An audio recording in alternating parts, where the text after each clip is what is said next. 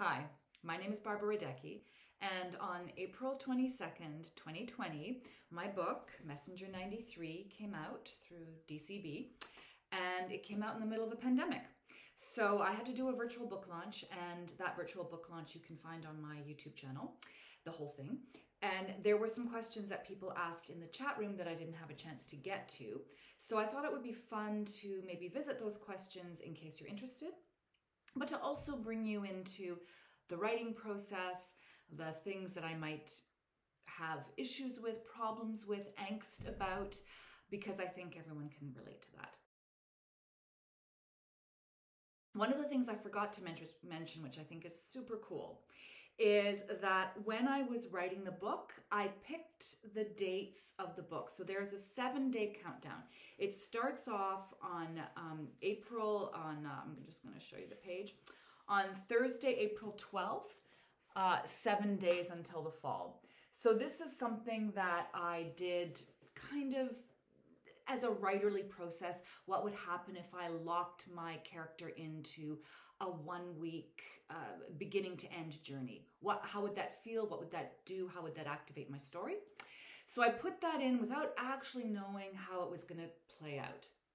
And every day throughout the book, you count down 6 days until the fall, 5 days until the fall, and so on. And when is this fall going to be and what's going to happen? So I wanted to pick a date that was going to begin on. And so I was going through my calendar and I was like, what would be a cool date? I didn't want it to be at the beginning of the school year. My character she's a teen girl. She's been alienated by her fellow teens. And I just wanted to see what would happen if a whole school year had kind of played out. I didn't want it to be near graduation or near the end of the school year. I didn't want it to be summer. I wanted it to be cold, but not necessarily like unsurvivably cold, like in the middle of winter when she goes off on her journey. So I thought, okay, April, I'm going to pick April. I didn't want it to be March break, yada, yada. So I picked April, and I picked April 12th, which means that the last day of the fall is Thursday, April 19th. And that is the day of the fall. And I noticed as the release date of my book was approaching, I noticed that the official release date was April 19th. My book was literally falling on the day of the fall in the story. And I asked Barry Jowett, my publisher, if that had been intentional, because we always knew it was going to be the spring. So the release was going to be in the spring 2020. I asked him if it was intentional, and he's like, oh, yes, absolutely, completely intentional. So that's a kind of an interesting story. So another question that someone asked, and I have it here, was they asked that I mentioned having a meltdown many meltdowns during the creative process, and they wanted to know, they wanted me to talk about some of the doubts I had during the journey and what gave me the resolve to push through.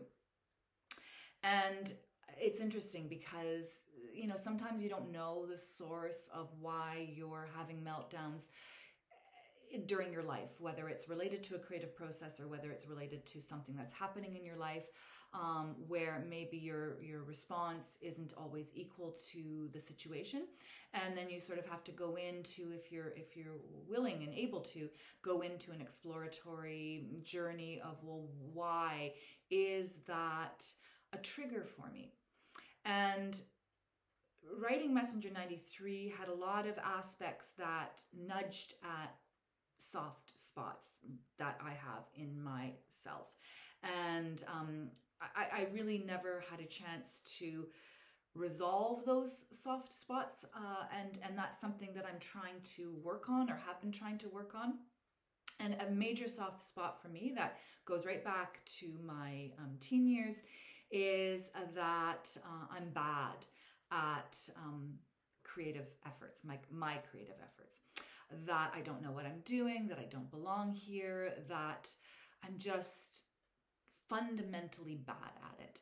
And that is something that plays at underneath my confidence, even when I feel really good about things and when I feel really positive.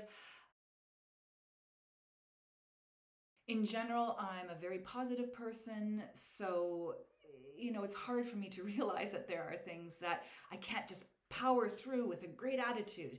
And this thing about being bad just kept coming up. And during the process of writing Messenger 93, I also was doing a process of asking for permissions from First Nations people that I knew about whether I could include Indigenous characters in my story, through whom I am not trying to speak. They are characters that appear in my story that I was trying to make as strong and as powerful in their own right in the story as I could, without trespassing into their deepest interior lives and into anything sacred or traditional, or where I don't belong. And I wanted to know what that process was like. And so as I'm doing that process, I am literally having to come face to face with, I am bad, I shouldn't be doing this. Like, I am literally asking people to tell me, don't do this, you shouldn't be writing this. And what ended up happening was all of my First Nations teachers, they kept saying, no, you have to try, keep trying, and it won't be easy, or maybe not everyone will agree that you should do it, but we think you should try. And I talk about in the Q&A during the launch, I talked about receiving pushback. And actually the pushback that I did receive was from white people who were worried that I was going to cross the line and that wouldn't be acceptable. And so I kept having to navigate a legitimate creative process of trying to figure out how I can be an inclusive writer, doing my due diligence and the correct protocols, and really connecting with characters in an authentic way, while also not stepping over into own voices territory, which I 100% support, and will do everything I can to not cross that line. But I also, as I said in the launch, I also want to figure out how I can be fully committed member of the world, of an all-inclusive world, and how I can bring that into my stories. So the personally, internally triggering aspect of writing this story was that I kept having to go, I'm bad at this, what am I doing? I don't belong here.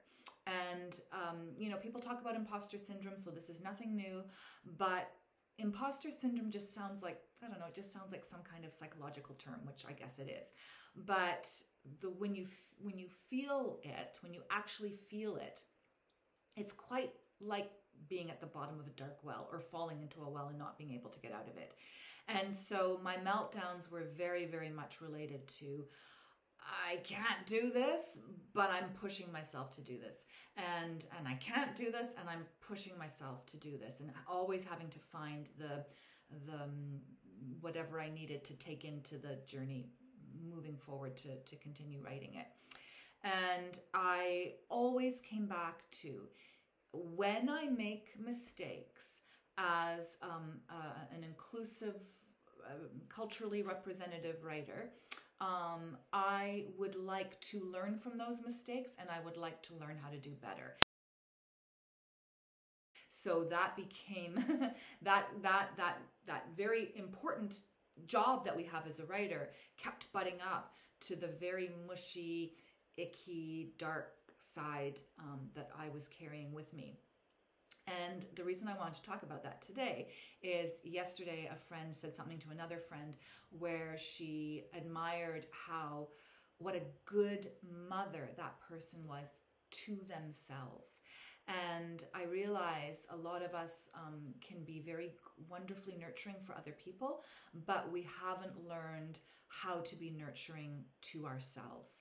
And we don't always need to be nurturing to ourselves. I suppose we can kind of like fumble through, but having the tool to know what it means to be a good mother, a good father, a good friend to yourself is very, very important. And actually, it is a fundamental part of the journey that M goes through in Messenger 93. So that brings me to the last question I'm going to respond to today. I'll put some of the other ones maybe in my writing workshop videos that I'd like to post to YouTube in the future. So the last question was, what were the most difficult and most rewarding parts of writing this book? And so that's a good one to button what I just said, because as difficult as that process was very often, and as much anxiety as I was carrying around that process, I also am so grateful for going through that because it brought me those wonderful people that I may never have come to know and love.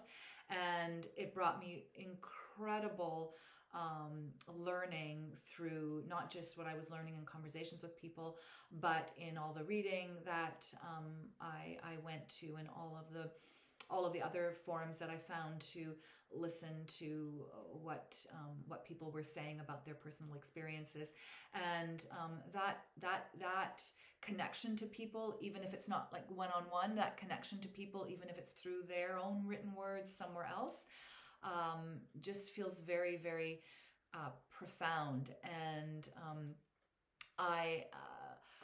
so that was 100% the most rewarding. I maybe in retrospect, I will also say that it was rewarding that I kept pushing through, and that I learned resilience and strength and all of that. But I'm not quite there yet. Hopefully I will be. So thank you. That's it. That's all the questions for today. If you can like and subscribe to my YouTube channel, then this gives me a chance to build that channel if you want, and I can answer questions, or rather than answering questions, if you put comments in the comment box about things that you're curious about or that you're struggling with writing, we can use this as a gathering space to think about those questions, to think about how they affect writers in different ways. And I can offer some thoughts and some perspective and some of my own experience regards those questions. So I encourage you to do that, and hopefully we'll see you soon.